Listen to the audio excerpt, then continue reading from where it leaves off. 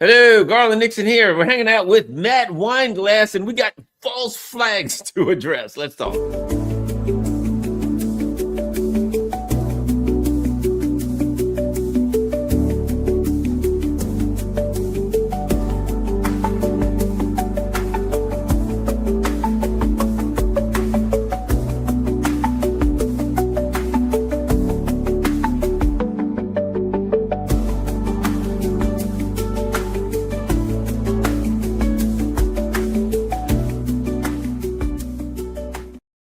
Hello, Garland Nixon here, and we're hanging out with Matt Weinglass. You can find him at The Homeless Left on Rumble and at THL Presents on YouTube. Let's get it going. False flags. Oh my gosh, there's just so many of them. You get tired of them. Okay, so let me fill you in. There's a new app that everybody's jumping over to. It's called Unscrolled, and I looked at it and I'm like, oh man, it's been around for several months, but TikTok, went full Zionist, and a lot of people started jumping ship. And I'm like, wow. And when I saw, wait a minute, Galloway's there, and everybody, Savvy Sabs is there, everybody's there. And I'm like, oh my gosh, the gray zone. I'm like, this thing's going to go crazy. Because when the influencers jump over, all of their people that follow them are going to jump. So I'm like, I got to get on here. Okay. So Matt and I are talking earlier in the week, and I'm like, we didn't know what to think of it. Has this some kind of an op? Are they up to no good? You got to be always skeptical and suspicious, but we weren't sure. And I was like, I was talking to Matt. I talked to several friends, and I'm like, well, let's see if they come after it. If they don't come after it, I'm going to be real suspicious if the Zionists don't come after it, if the intel doesn't come after it. And I said, yeah, they'll probably put a bunch of, they'll do the false flag thing. They'll put all of these anti-Semitic posts, and then they'll say, oh, there's anti-Semitic posts everywhere. Something has to be done. The old false flag. Look at this, Matt. What do you know? And it only took them it took them, they had to get to the end of the week. The Jerusalem Post, of all places, Tik Tok deal fuels rise of Unscrolled. Founder conceived it as a haven for Palestinian activism. Unscrolled has surged to become the most downloaded social media platform in Apple's App Store, and it's also been flooded with anti-Semitic and anti-Israel content. Well, let me see. You, Unit 8200 Mossad, probably the CIA, you flooded it with this anti-Semitic crap, and then said, oh no, there's anti-Semitic stuff all over the place. And they're like, where is it? So they got about the app's creator. Ooh, a new home for online hate. There we go. All right, your thoughts, Matt. It's a new home for online hate, according to the Jerusalem Post. Oh yeah, not just the Jerusalem Post. This is the exact narrative that they were counting on coming out of this transition, because you knew that people were leaving TikTok. That was a sure thing. And let's separate those two issues. We do know that the right thing to do is get the hell off of TikTok. So that's what you're talking about. These, the gray zone savvy tabs. These are people that were telling their people, get the hell off TikTok. Great. We all agree on that. However, why is this app Unscrolled all of a sudden just ready for us to come on and just have, all of a sudden we have free speech. All of a sudden we can share a critique of Israel, critique of Epstein, critique of everything. Oh, all of a sudden, no, you have to look closer. And like you said, we were talking about this, and just you have to be skeptical. I mean, yes, it's great to have a movement to get off of an app that is obviously completely captured. This deal went through, this Larry Ellison deal. It's a sure thing. It's done. Netanyahu's having parties about it in Tel Aviv. It's like, so we knew that was the right thing, but look closer at the owner, the guy who created this. His name is Assam Hijazi. He comes literally from the tech industry, directly from Larry Ellison. He comes directly from Oracle. He puts on his own LinkedIn page that he is from data and AI strategies from IBM, from Oracle. This is his own page. He's telling us where he comes from. So what is happening now? Is this it's clearly at least an infiltration, but is it more than that? Is it even worse, Garland? Are we talking about the entire thing was designed to be set up like this? And so I wouldn't even say infiltrated as much as designed to make us think that this is a place for free speech, which is another place to Pied Piper everyone off of one app into another, and then to be targeted and surveillanced and called out as a bunch of Nazis and people that just can't stop hating Jews for some reason. I guess that's the big storyline there, which we know obviously is the exact opposite of that. Well, and that's what happens. And what happens is this: we're on to them so much so that we never know what they're up to, but we know they're up to something. So right off the bat, I was like, okay, I'm going to get on the app and check it out, but I'm skeptical. And when it first came out, my immediate reaction was, I don't trust it, right? But I'm going to get on and see what happens. I got nothing to lose. What the hell? I'm thrown off X already. I get on there. I kind of like it. And then I'm like, I like this, and everybody's on here, and I see people can say what they want. And the first thing I thought to myself, well, we'll see. I thought, but people can say what they want. If it's bad, they'll play with it for a couple weeks. And, if it's an op, they'll play with it for a few weeks. And then they'll gather all of our stuff. And then they'll, the game, well, I guess it has to be dealt with. Then we can't have it. And then they'll like TikTok it. You know what I mean? They'll just be like, well, it was open, but we decided that we can't have it open. So we're just going to TikTok it and we'll turn it so you can't say anything but Israel's good. Or they'll parlor it. Remember Parler? Yes. Happened on Parler. It could be parlored right after January 6th. Oh, well, they're saying things that shouldn't be said. And they took Parler off the App Store for iPad, for Apple. They took it off the Android store. And I think Amazon Web Services were hosting them. So they just took it out because they own all the tech. So here's the bottom line. You bring up a social media app. If it's a game, they just leave it up, but then they just use it to trash you with, and then they eventually are going to throttle it anyway. If it's not, then they're going to tear it to shreds. And now one of these things is going on. They're always up to no good, Matt. They're always doing false flags. Either way, we haven't figured out which flag is false yet, but we know there's a false flag in the operation somewhere going on. Yeah, and look, I'm not, and we're not saying anything again. People that immediately jumped on, that's fine. Have an account. I mean, we all have our Twitter accounts too. Well, most of us do, Garland. But the Twitter account, it's the same thing. We know we're going into enemy territory, but we're there to do the best we can with what we have to work with, and that's fine. So I'm not telling our viewers on the Homeless Left, I'm not saying don't start an Upscroll. Just don't be having a party about it. We didn't win anything. This is nothing's been accomplished other than the TikTok is now in the rearview mirror. It should have been in the rearview mirror the whole time because we saw that one coming so long ago.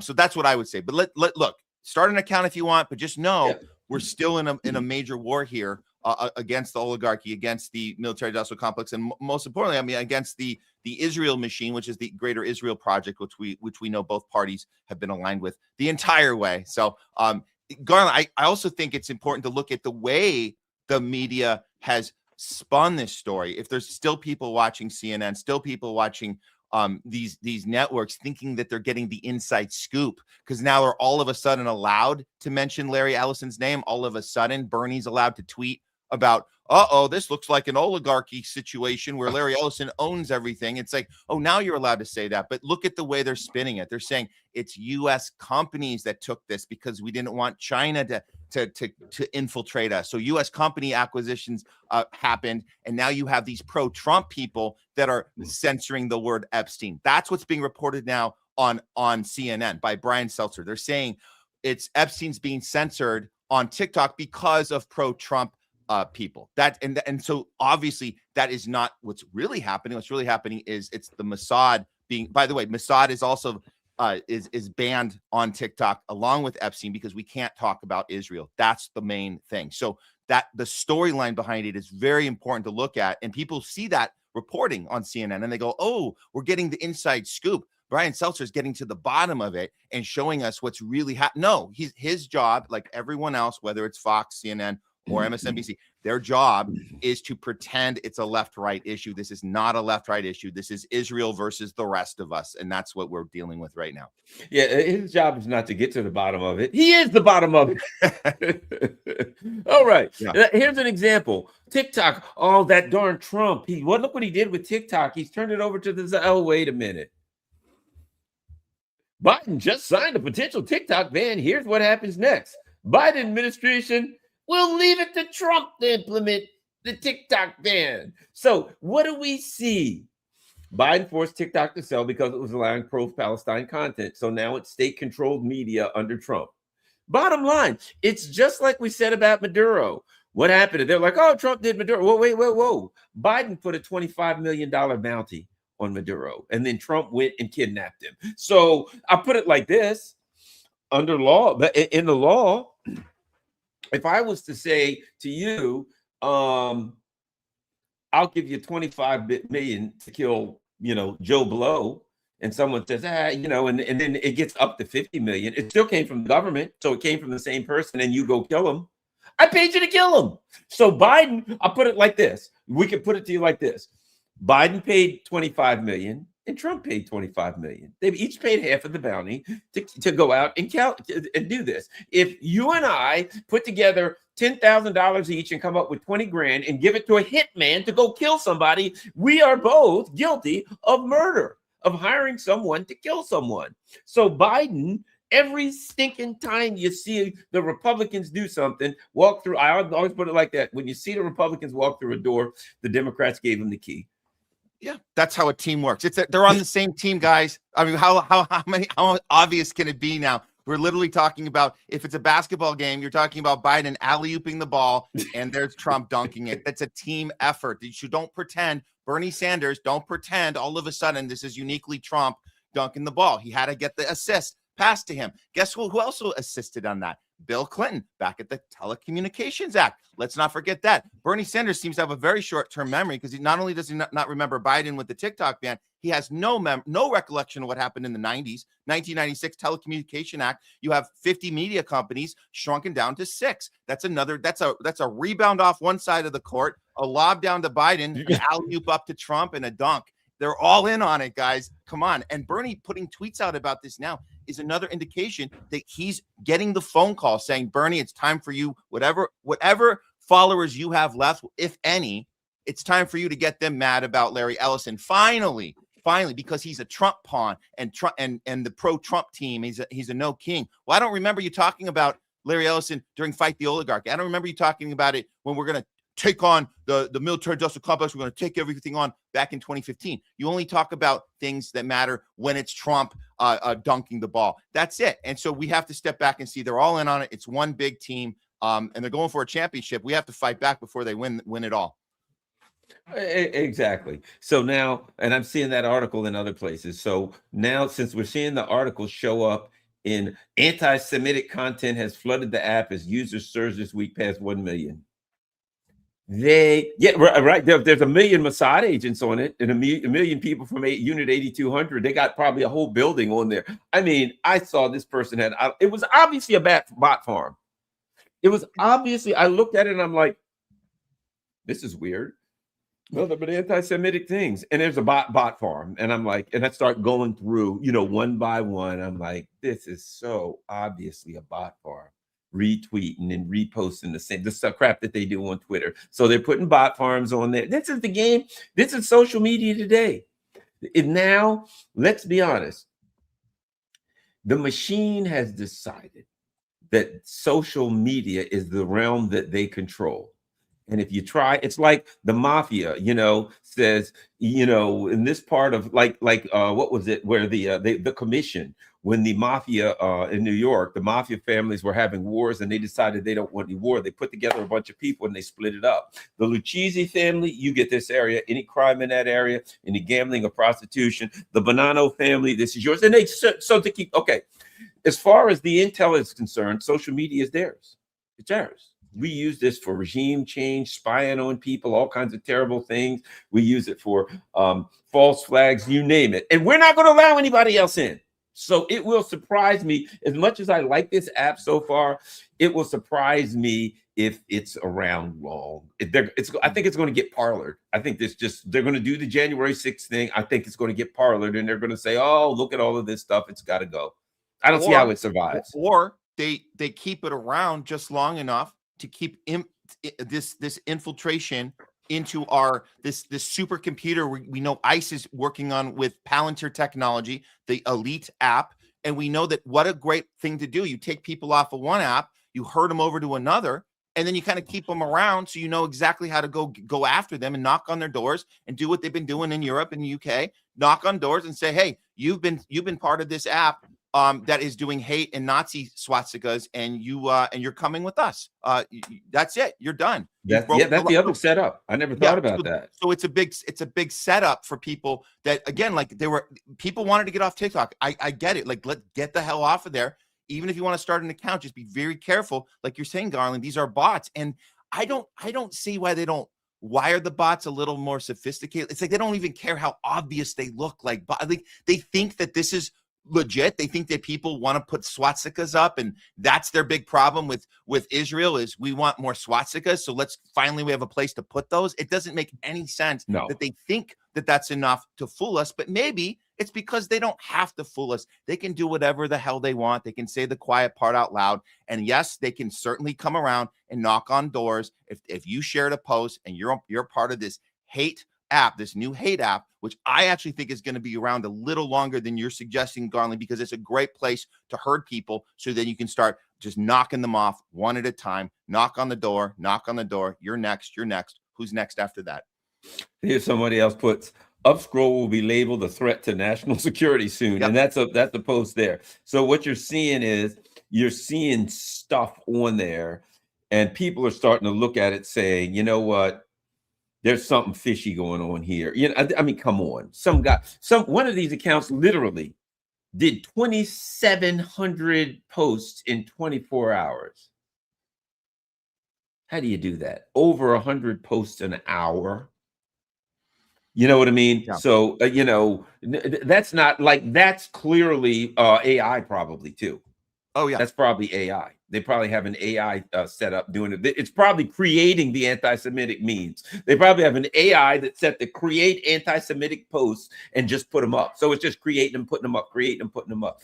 But at any rate, it is what it is. Now, let me ask you this. Wait a minute. We got to hear something. I don't know, for people who haven't heard it, maybe maybe somebody hasn't heard this. Maybe there's somebody out there who hasn't heard Erica Kirk. Let us see. I want to get your thoughts on this. Here, very shortly after Erica Kirk, after the something that she calls the event, after the memorial for her husband, apparently she was talking to the people at TPUSA.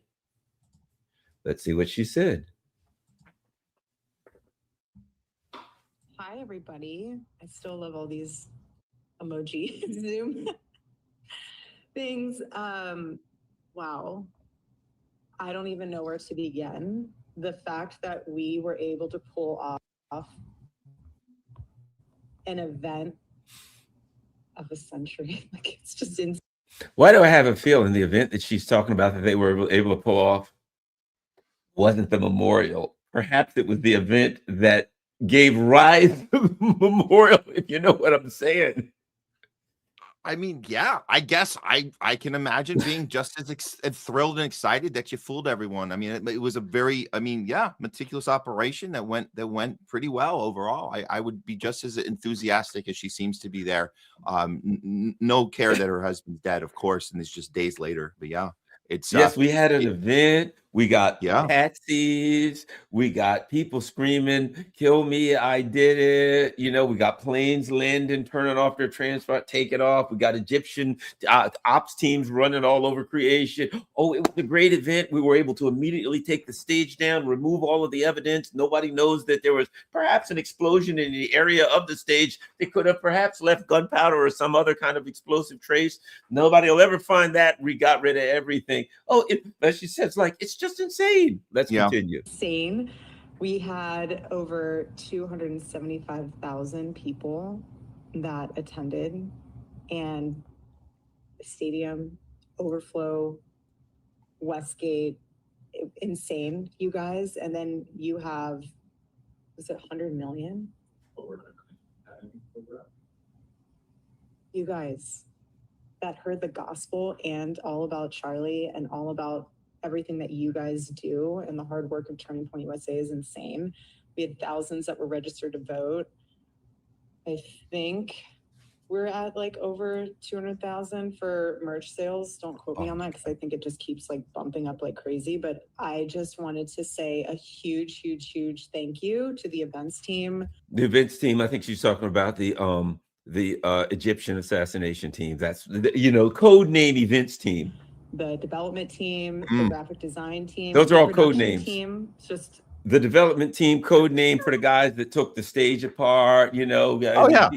Those are all code names for the various teams. Yeah. Phenomenal. Their incredible work leading into the memorial. And honestly, a lot of the staff that worked on the memorial, they had 20-hour days for a week during the time of us grieving the loss of my husband. And honestly, I know several staff that didn't even sleep. Again, you guys are breathing angels. And I want to thank the team that took the gun out to the Palantir property and put that there. Although you might have forgotten to leave the tools. Remember, you were supposed to leave the tools, but I want to thank the people that did that, got the plane tickets, got everybody in.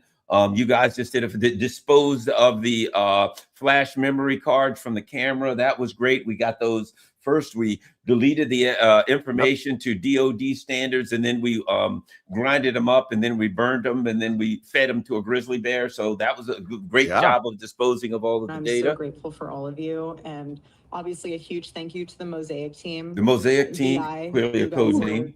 10 out of 10. Like we have the most incredible team. We just do. And you guys know that. And you guys are all a part of that. And I am so there was 10 guys on the assassination team. If that's you the do code. have a moment and you run into any of those staff members that you know had.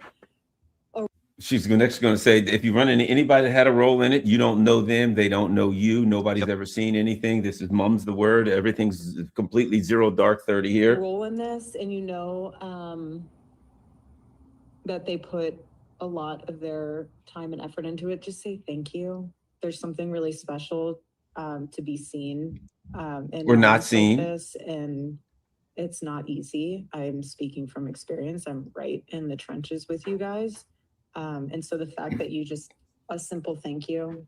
Not the first assassination I've been involved with. There were people in Romania who may or may not have known things about trafficking kids that we had to, shall I say, address.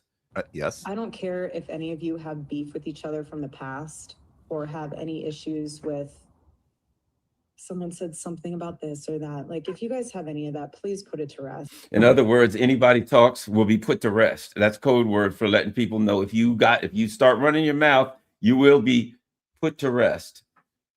Wow. My husband's dead. Like, I'm not trying to be morbid, but he's dead. Wait a minute. Ooh. Wait a minute. Ooh. You know, that bastard's dead as a damn door. I mean, not trying to be morbid or anything, but come on, what do you want here? Hold on a minute. Let me get my fake tears. You got any fake tears? I got some Visine. I like Clear Eyes. Okay, Visine. Oh God, how could this happen? I think she's done with the fake tears here, Garland. She's bullying anybody in this team that has any eyes that are not dry right now. She's saying, suck it up. Stop crying over him. I've stopped. You need to stop too. Come on, guys. This is big. Put on your big boy pants. Keep your mouth shut, and we're almost at the finish line here. Come on, she guys. says, that's what she's doing. And it puts life into perspective of how short life is. That's the way her telling them what she said earlier. If anybody decides they want to run their mouth or start talking, just remember how short life is. It's a dangerous world out here. That's all I'm trying to say. And it puts life into perspective of how short life is and how short yours will be. And God puts people in your life for a reason, and it teaches you a lesson. It teaches them a lesson. Wait a minute. Ooh, what lesson did it teach Charlie? You better stay away from Mossad operatives. What do you think about that? God puts people into India for a reason, and it teaches you a lesson, and it teaches them a lesson. I think she's like, so it taught Charlie a lesson. When Netanyahu called you, take the money. Yep. The money, or what is it? Is it the silver or the lid? So if you are going through a time where, just lay it to rest, and we are moving forward, Turning Point USA 2.0 with Charlie in our hearts, and that's what he would want. Man, there's a whole lot of discussions about, you notice something? There's an uncomfortable number of terms that she talks about laying things to rest. and or people that are, lessons learned. Yeah. Made an example of him. So shut your mouth and dry those eyes. We're done with the crying. We did the crying thing. We're done with that. All the fake tears. So let's move on. We have more business at hand. And the thinking of all those teams. I mean, it's funny when you make those comparisons, but it's oddly like I'm triggered hearing those, because I think you might be onto something there, Garland, with the code words there. And you're talking about thinking these teams, the security team, they did everything just with precision to a point. I mean, it obviously wasn't 100%.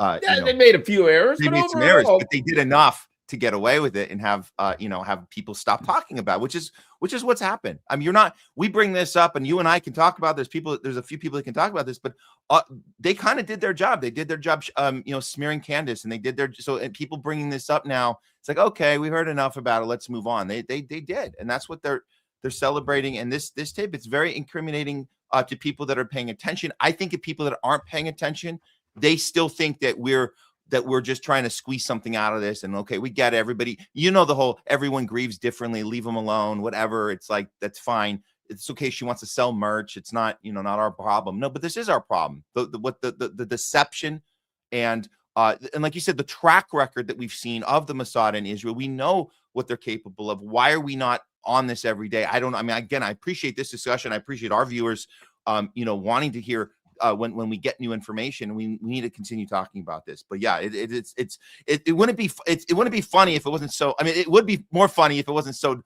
awful and horrible what they're getting away with here. Well, just another thing you might want to know. Let me throw a couple of things at you. Number one, interesting article here. Harvard's Christian Fellowship accused of negligence in Romania. Church responds to lawsuits claiming abuse in orphanages it supported. Orphanages in Romania. The target here should be the alleged perpetrator, not our church. That's what they say, right? And there's a guy. They say Harvard's Christian Fellowship and its leaders, including evangelist and Calvary Chapel pastor Greg Laurie, should have known what was happening. They alleged negligence and damages from Laurie, who supported the Romanian ministry. So let me just put it to you like this. So apparently there's been accusations that old Greg Laurie in Romania, where Erica Kirk just happened to have some kind of an NGO to deal with orphan kids called Romanian Angels. Well, Greg Laurie, this pastor, seemed to be doing something untoward with children, perhaps in orphanages. In fact, in orphanages in Romania, exactly what she was doing. But is that in any way connected to Erica Kirk? Maybe we can look and find out. I doubt it. I'm sure it's not. No. In any way, shape, or form. Where is it? Oh, wait a minute. I'm sure that just because they both happen to be in Romania dealing with orphaned kids, and maybe there was some unthinkable things happening, I'm sure there's no Oh, wait a minute. Erica Kirk criticized for inviting Pastor Greg Laurie on her tour amid his alleged abuse scandal. No stranger to controversy as the latest decision to invite Pastor Greg Laurie on her Make Heaven Crowded tour was landed in a hot seat again. Let's see. Several lawsuits have been filed alleging that a former Harvard Christian Fellowship pastor, Paul Havgala, sexually abused and trafficked children at church-run homes in Romania. Those civil complaints named Laurie, the senior pastor, and other church abusers alleging they failed to predict. So he was the senior pastor at a church that in Romania that allegedly was abusing and trafficking children. At the same time that Erica Kirk had an NGO that was doing something with children in Romania who were orphaned, and now she's invited him on her Heaven is Crowded tour. Crazy conspiracy stuff. I don't think there's any connection here. How about you? No, total coincidence. Nothing to see here, folks. Come on, guys. We all of us have questionable relationships with people that are tied to child sex trafficking. We all have it. I mean, I'm sure there's somebody, one of my good friends probably does it. How am I supposed to know? Exactly. So this is something. Leave her alone. Let her grieve. And let's not look into anything that happened in Romania with the Romanian Angels. Let's not look into her connection with Otto Buscher, who was also accused of being connected to child sex crimes through a brothel he was running. Let's not look at any of that because, you know, she's grieving. Of course we got to look into this, Garland. Of course we got to look at these associations. This is just like the Jeffrey Epstein stuff. It's like, oh, you know, don't worry about what people hanging out and knowing each other and doing business together. It's not unrelated. Otto Buscher, there we go. Yep. Ready? Romanian Angels. What do you know? Let's see. Erica's Vimeo, where she creates a video about Romanian angels. It's mostly about giving gifts, blah, blah, blah. Okay. Erica Kirk, known as Erica France at the time, thanks Otto Buscher in the Romanian Angels video, where U.S. military were allegedly bringing gifts to young orphans. A search for Otto Buscher brings up the articles in Romanian about sex trafficking for children. So she thanks a guy. Now let's see. I'm starting to notice a pattern here. She's bringing a guy on her Crowded Heaven tour who has been alleged to be involved in sex trafficking children in Romania. She thanks a guy in Romania with her NGO that helps orphan children who has been accused of sex trafficking children in Romania. One could look at those things and suspect that she was up to no good.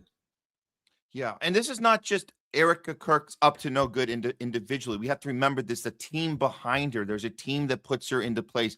They're all part of this operation as far as protecting her, elevating her, doing the smearing on anybody that brings this stuff up. I mean, the smearing is unbelievable. Like the way they can gaslight people that from the inside. I mean, how many whistleblowers have we heard coming out of TPUSA over the last few months since Charlie Kirk's assassination? I mean, we hear people say this is obviously run by the Mossad. We're telling you that when people that work there, they're saying we were told we are working with the Mossad. This is important. When people were getting hired by TPS USA, that one of the questions in the job interview is, do you know anything about the Mossad? Would you have any problem working with them? These are actually discussion points of employees. People have whistleblowed this stuff. People get character assassinated that want to talk about this. We saw one other leak of another audio. Some people are calling this the week from hell for TPUSA because all this stuff kind of came out in the same like 7-day period. But who knows? It's not really a week from hell when they're able to deflect and move on and people don't look closely at this stuff. But there was another woman named Liz Harris who I recalled. I go, where does that name sound familiar? And she was one of these Republican Congress. I guess she was working out of Arizona. I think she was state. I think she might have been in the state legislature. She was a politician. Yeah. And so I remember when she was part of this election integrity thing about the 2020 election, and they called her conspiracy theorist. They ousted her for these lying about election fraud. I'm like, really? I didn't think much about it at the time, but I'm like, wait a minute. This is the same Liz Harris that was on an audio that just leaked. We hear her basically breaking down the problem inside TPUSA and the Israeli Mossad operation, and she's saying that we have a problem, and she was lucky. She was, I don't know how I'm even still alive right now. She says that on the tape. So the fact that she only got expelled, only got character assassinated, I guess is the lesser two evils for her concern. But go back and take a moment, Google Liz Harris, look at everything about her. Anything that is said about her is that she is a conspiracy nut who needed to get ousted because she cared about possible election fraud. That was the extent of her crime, I suppose. But you won't hear anything about her critique of TPUSA. You won't hear anything, and that should be a sign. Just the fact that you won't see any of that on Google. Here's something else that it's totally is mad conspiracy theory that certainly the only reason that Matt and I are showing you this so that we can ridicule it as absolutely and completely absurd, so we can put this false anti-Semitic, anti-Israel stuff and we can just show it to you. So when you look at it, you'll know how evil it is. And you go, certainly anyone who does anything like this, you'll treat them like the unvaccinated. Don't even allow them in your house. All right, let's go. This is total madness. Charlie Kirk was about to expose an Israeli child trafficking ring involving Erica before he died, right? And there they go. He was preparing to go public with evidence linking Israeli operatives to a child trafficking network stretching from Washington, Tel Aviv. Then just 2 days later, he died. Well, that is absolute madness. We know that's absurd. That's absurd. Although we might want to look at a tweet from Charlie Kirk and see what it says. This was Charlie Kirk, August 8th. Breaking. An international pedophile ring spanning the globe has been exposed, already resulting in nearly 100 arrests in the U.S. and Australia alone. The probe was launched after 2 FBI agents were tragically killed, which led to unraveling of this evil ring of child abusers. The Australian Federal Police has confirmed 19 men have been arrested on charges of sharing child abuse material online. 13 children were rescued in a joint operation from the FBI. Somebody was trafficking children. What do you know? Coined Operation Bacchus. But remember, it's all a QAnon conspiracy. No, Charlie, maybe it's not a QAnon conspiracy. Maybe you got over the target. I'm surprised that Erica didn't talk to say, "Hey, honey, maybe you should not tweet that out right away. Isn't it this? It's supposed to be Shabbat Shalom. You're not supposed to be texting right now, honey. I'm sorry. It's a Tuesday, so I think I'm allowed to text today, right? It's not the Shabbat Shalom time, but she's probably saying, you might want to look into it before you put something like that out. I'm warning you. I'm warning you, honey. Yeah. You better take that tweet down. And he goes, no, I'm gonna keep it up. And she goes, well, we'll see what happens. There might be people being mad at you about that. So that's maybe I'm just speculating what happened behind closed doors. But that tweet is up, and that's real. That's a real tweet. That's a real tweet. Perhaps he came home and said, honey, I think I'm on to something. She said, what? A child sex trafficking ring. And she goes, oh, a child sex. Come a little closer. What was that you were talking about? Yeah. Tell me all about. Tell me everything you know. Do you have any documents? Oh, yes. Where are they? They're right there in the where are they, honey? Oh, they're all in there. Okay, right in that drawer over there. Thank you for letting me know. She's taking her lighter out. She's going to burn it. So tell me what, speaking to this. Speaking to my lapel pin, speaking to this little brooch, nice and loudly, please. Make sure you enunciate every word nice and clearly, right? He tells her everything he knows. Okay, thank you very much. Man, I'm just saying. Yeah, that's there was a moment. We also saw that he had some communications with friends and people that you were just not going to have the paper trail online like this, because this is right as clear as day. This is public. We can see it. But there are these private calls he had where he was telling certain friends, like, I'm starting to have real concerns at home right now. And so we're looking, and it's hard to really place it because that's more like he said, she said. But no, he certainly seemed to be very concerned with what he thought he knew about his own wife, what he thought he knew about his own organization that he had his heart and soul and into. And he said, this is not the thing that I set out to do. This is not the thing I wanted it to be. And something is suspicious. And I can't even talk to my wife about it. You can imagine the tragedy that might have occurred with him in those last few months. It's unbelievable. Like what, and we're not, there's some things we're just not going to even know because we won't be part of those private conversations. But the stuff that's public, we get this out. We let people see it. It's very important.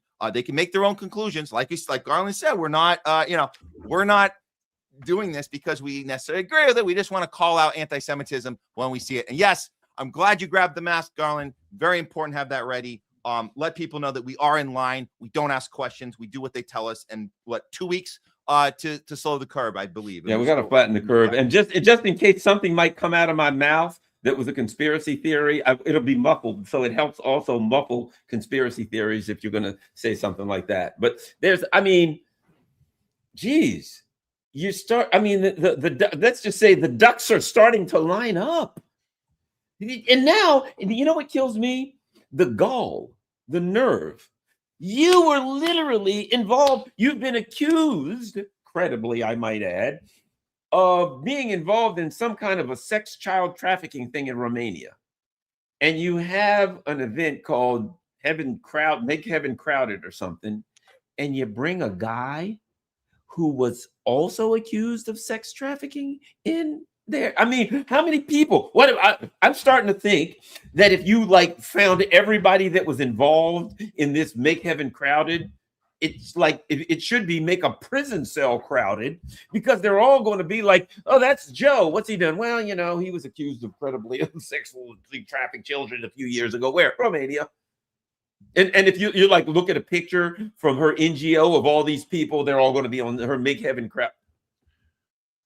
Make Heaven Crowded. What a I mean, it really should be. I think you said earlier, it should have been called Heaven is Too Crowded. We got to start filling up. Yeah, that's the other part of it. They're filling their. Let's see. Yeah. Let me see. They've denied the allegations. The church called the lawsuits misplaced. That's an interesting thing to say. Misplaced. If somebody sued me and said, Garland, you're involved in sex trafficking, I wouldn't say it was misplaced. I'd say you got to be out of your mind. Why would I get out of here with that? There's absolutely, I've never done anything like this. I don't know what you're talking about. I wouldn't say, hey, we're suing Garland for sex trafficking. What do you think, Garland? I think I guess the word that comes to mind is misplaced. Maybe. Like, for instance, you put them in a drawer when you should have maybe stuck them in the closet. That's misplaced. Well, that's now a strange term to use. I like this term. I'm going to use it. I'm going to use it next time I have to go and defend myself for a traffic ticket. I'll just tell the judge, I believe that the ticket was misplaced. Yeah, I don't think it was. We'll throw it out, sir. That's a good point. Yeah, I just don't have a good feeling about it. So no, I don't. Yeah, I don't accept the charges. Misplaced. Erica is on tour with Greg Lowry. Greg Lowry is facing multiple federal lawsuits alleging negligence and a 20-year cover-up of child sexual abuse and trafficking in Romanian orphanages. And she was involved in an organization that dealt with Romanian orphanages. Am I a QAnon crazy conspiracy theorist? You know what was the giveaway? I looked up, and this is always tells you something. It said like, I searched Erica Kirk, like Romanian orphanages or something, and it came back, fact check. Erica Kirk has not been banned from Romania. And I'm like, I never said anything about her. Whenever they say something like that, like they find something that they could say the person didn't do and you didn't ask. Yeah. It's like, hey, let's search Garland Nixon. Fact check. Garland Nixon is not a Martian. Yeah. That's fact check. Your search is misinformation, Garland. That's a misinformation search. You can't do that. Did you see what was it? A lady in Florida where she tweeted, posted something, and the cops knocked on her door about Israel. Did you see that video? Yes. So that is the governor. What is his name? Rick. What's his? He had this. The governor had this bill on his desk 3 years ago. They finally put it into motion. It's a stop hate bill. And so now they're going door to door and they're taking people. Now the woman didn't get taken away in cuffs, but it was kind of this really harsh warning that they gave her. And she's like, they go, we just wanted to know that you did. Can you admit you did this? She's like, I'm not going to say anything until I talk to an attorney. But what is it that you're saying is the crime here? And they go, well, it's just that you share the thing out. And, that can be, you don't know who's going to see it. And if the wrong people see it, they're gonna change their mind about something. Oh, so that's a crime now in Florida. The crime is sharing things out that might influence people to change their mind on a particular issue. I don't know what the issue is. It could be what you thought of a movie. I don't know. Or it could be something about Israel. I don't know. I guess it's a crime to influence people. So I guess if you're an influencer in Florida, just by definition of your title of what you're calling yourself, an influencer, that's also a crime, I would assume, because your intent is to influence people. And you can't do that anymore. You can't change people's minds by sharing posts. Totally illegal now in Florida, apparently. Yeah. And apparently the guy, Colonel Otto Buscher, he was at the center of the Romanian child trafficking allegations. And her office was apparently on a NATO base. Because what the hell? I'm sure if you and I decided we were going to go to Romania and start a child adoption agency, which could never be used by child traffickers. That's not the kind of thing they use. Like maybe they'd open, a hardware store, but they would never have an NGO with a shady character that was a child adoption agency, nor could there possibly be nor could there possibly be an office on a NATO base for someone that was not in the military and should in no way be connected to the military. Yeah. This is, look, again, this is there's an operation behind this deflection, this cover up, there's nothing to see here. It's not independently Erica Kirk. There's a team behind this, and we need to be, when we report on this, we need to try and incriminate more than just her because she's grieving in a weird way. We have to understand that there's an entire team and an operation behind this, and that's why not very many people are talking about it, because they're told it's not related, it's not something, the Google search is not going to come up, it's misinformation, move on to the next thing. Yeah, I think we are afraid maybe onto something, and if we don't maybe go to another subject, then we may be getting a call from Erica Kirk, if you know what I'm saying, or maybe the Mosaic team or one of the other teams that she was naming. You like hear a plane landing outside on the grass and a bunch of Egyptians get out of it. Anybody seen Matt? No, I haven't seen him. I don't know Matt. Let's see. Yeah. Last thing, I did want to ask you about this. The National Kaiser healthcare workers strike is officially underway. Yeah. Good work. Yes. What's happening with Kaiser Healthcare? Yes. So this is a big story here in California, but it's also happening. It's national. It's happening in Hawaii. It's happening in New York. There's unions getting together to do this, to support each other.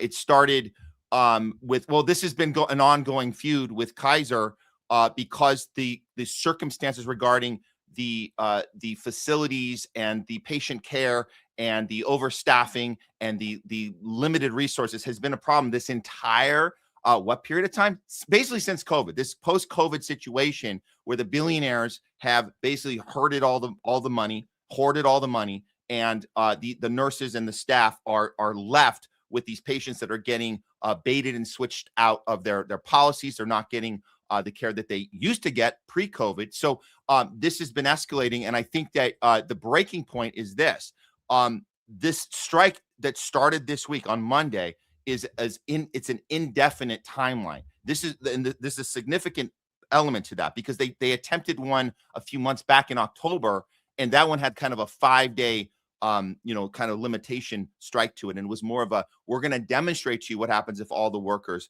don't show up. And Kaiser CEO and shareholders, they responded very easily to that one. They were like, well, you guys are going to be gone for 5 days, then we're going to go and hire a bunch of outside staff to come in. We're going to put them in 5-star hotels for 5 days, and we're going to be just fine without you. And so this time around, it's a much different. It's indefinite. They are on the picket line, and it's getting pretty serious, because now you have this narration coming, and we know this is how any organizing works. You use the top-down mythology of what they do is they smear the workers. They make it a selfish thing. The workers aren't showing up. They're the ones hurting the patients. There's patients not getting care right now, and they're making sure that it looks as if it's the fault of the staff. No, it's not the fault of staff. It's the billionaire class behind this. They could solve this thing overnight if they just come to the table and meet these demands. It's not just about salary. It's about the working conditions. So that's what's happening right now. And I got to say, the good news is that other unions, so just so people know, the one that started this whole thing off and should get the credit for being kind of championing the nurses. It's the United Nurses Association, which has 31,000 members. They started this thing off. So their strike officially, like I said, started Monday. Now we've heard there's other unions getting involved. There's the UFCW. They just issued a 10-day unfair labor practice notice. They will be joining the picket lines on Monday, February 10th. They have to let these 10-day kind of thing go by. So it's going to grow, and it's going to get a lot harder for these CEOs to spin this narrative that patients aren't getting the care because the staff is selfish. No, quite the contrary. It's the working conditions. It's a profit over people a system, and this is the results of that, is that the staff is they're the ones standing up to this system that doesn't benefit anyone, except if you're a shareholder. You definitely see the benefit of your billions of dollars that you have in all of your goodies and fun stuff. As always, last but not least, ICE. I understand there's new footage of the Alice Pretty incident, murder. Certainly, we do know and understand that ICE is just out there to protect us. The government is here to keep us safe and stay on the streets. They're only there to address illegal immigration and anything that happens that they're unfortunately and threatened and has to use extreme lethal force against an unarmed person who's laying face down on the ground being beaten by them at that time. It's something that just, we got to make that's how you make America great again. That's the essence of MAGA, is for the government to be on the street, either checking you for social media. That's next. Knock on your door. Yes. Did you tweet this? Well, as a matter of fact, I did. Bam, right between the stinking eyes. That's coming next. Well, yeah, they keep drawing the line further and further. But the precedent has been set up front when the first shooting, the Renee Good getting killed. The precedent was character assassination, and that should have been a red flag right away. When you have our vice president, and you have Kristi Noem, and you have all these, you have Stephen Miller's, they're like clockwork. Immediately they said, well, Renee Good was part of this radical group, and her girlfriend was loud and obnoxious, and all this. So I'm like, why is that? What? I don't care what group you were part of. I don't care how obnoxious you were. You don't get shot in the head 3 times. And that's, so we shouldn't even be talking about what type of person. So what type of person we are, it's going to dictate whether we deserve to die or not. And here we are. Fast forward to Alex Pretty. We have this second video that's out where there's 2 shots. I don't know if your audience have seen this video. It's going around. There's 2 of them, and it depicts him 11 days before he was murdered, acting quote unquote belligerent. And guess what, Garland? I don't care if he was acting belligerent. If that was a crime, then you should have arrested him for that. Exactly. You broke a taillight, unmarked Fed van. Fine. Okay, great. Deal with that in court.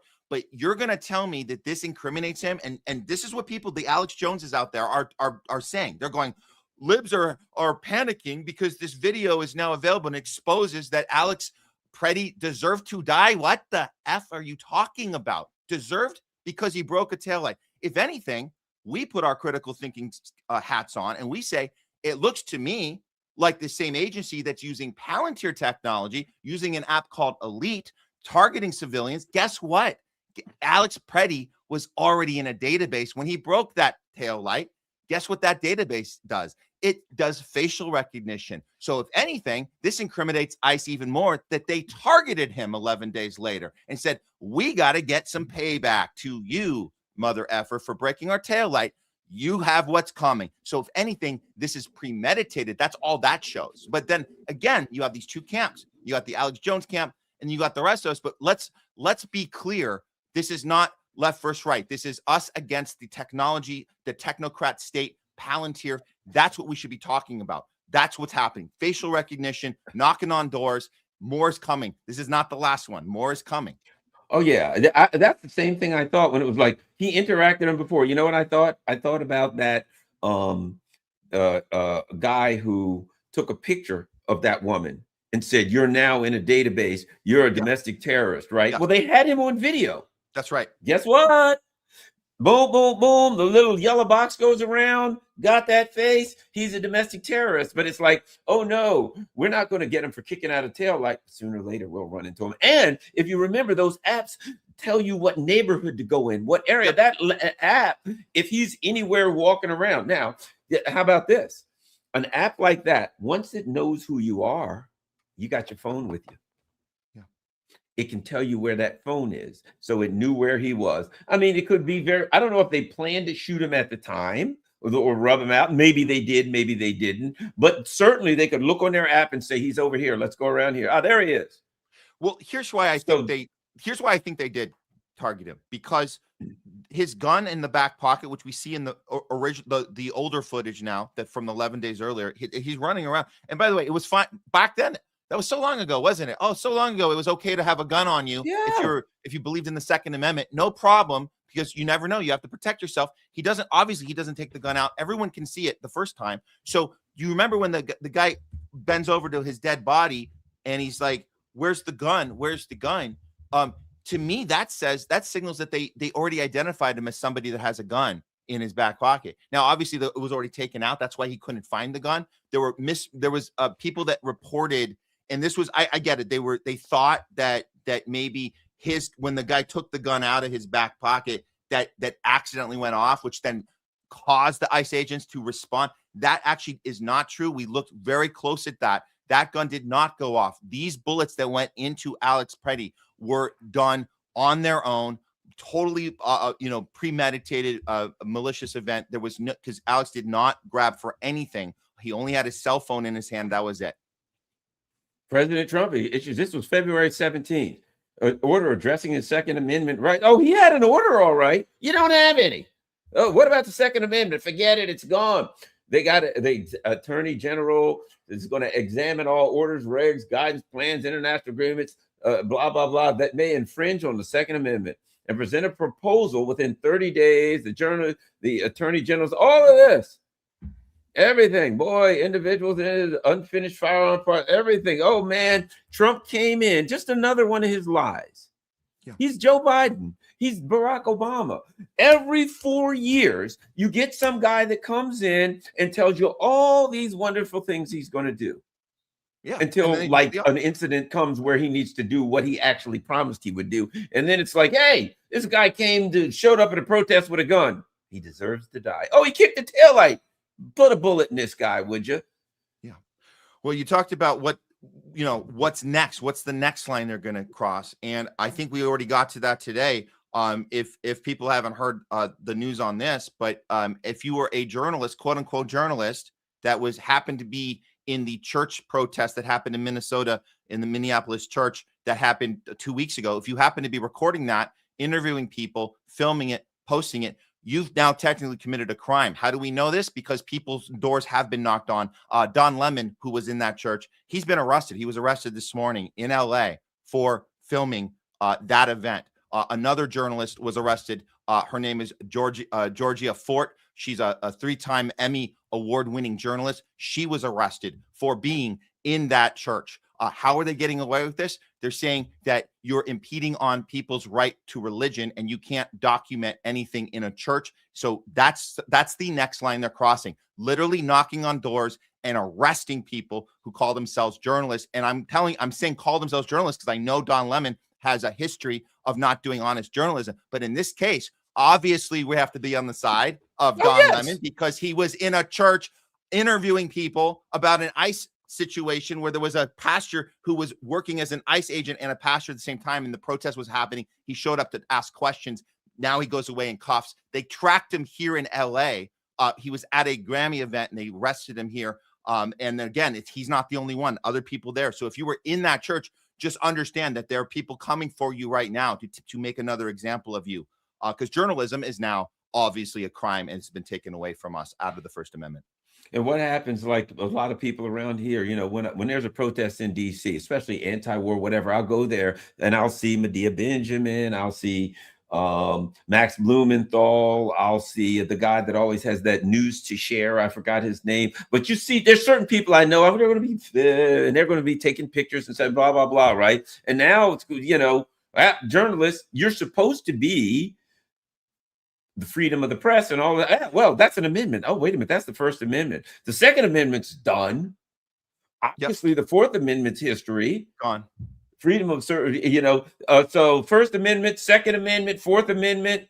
Well, I'll put it like this. The Third Amendment, where they can't draw a quarter in your house, or the soldiers can't come in your house. Yeah, well, I guess if they can just wander in anytime they want over a friggin' social media post, we'll count that too. Yeah. And then what do we have left? How many amendments do we have left, Garland? Do we still have the Fifth? Can we still plead the Fifth? I have the right to say nothing. Maybe not. Maybe that's the next one. I don't know. How many do we have left? It seems like the entire thing is being flushed down the toilet in real time. Well, the 13th Amendment, that's the one they did away with slavery. However, most people don't know that. No, they actually didn't do away with slavery. You can't be, I forgot how I used to teach this stuff, but whatever it is, what is it? You can't be, I'm going to say uncompensated servitude, but that's not you can't be forced to work for free unless you are duly convicted of a crime. Ooh. That's why they could take these people that are convicted, that are in prison, and they literally lease them out to corporations, and the corporation pays the prison maybe $20 an hour, and then the prison pays the prisoner maybe $2 a day or something like that goes into their meal stuff, and they make a profit off of them. So slavery was not outlawed. If you're convicted of a crime, you can still be whatever the term it is. Wow. You know, and then on that note of slavery, we know that they just reinvent it in some other way. You get these credit card companies to basically own everybody with this massive debt, and so you are now a slave to that debt, and they can get you to basically control every element of your life through that type of capture. So there's other variations. It's not the actual slavery that we know we come from, but it's different variations. Just reinvent it. That's all. It's just about reinventing, repackaging, and you can still do the thing that you claim you're not doing anymore. In fact, you can make an argument that slavery is worse when the people that are the slaves don't know that they aren't free. That's actually worse. In some, you could make that argument. I'm not saying. I'm just saying. Interesting that if the person doesn't even know it. That's kind of the most ultimate control you can have on somebody. It certainly is. And they literally ask for it. They beg for it. Oh, please enslave me. All right. Well, thanks a lot, Matt. Once again, everybody, you can find Matt Weinglass at THL Presents on YouTube, and of course, The Homeless Left on Rumble. Anything else, Matt? Yes. I want people to know I've been regularly contributing to RT, and I'm going on this evening to do, I guess, apparently some new Epstein files have dropped, and there's some new information there. So we're going to be discussing that tonight on RT. I think it's going to be late. It's going to be 10 Pacific, 1 Eastern time in the morning. But yeah, we're on that. So just want people to know. Awesome. Matt Weinglass. Thanks a lot, everybody. That was a lot of fun. Why is my shoulder hurting? Something's always hurting. But at any rate, don't forget, thanks everybody who donates Patreon, whatever, buy me a coffee, the P.O. box. Thank you, everyone. Certainly appreciate that. Make sure that you share this on all your social media platforms. And I guess that would include Unscrolled, although they'll probably call it anti-Semitic. We're out.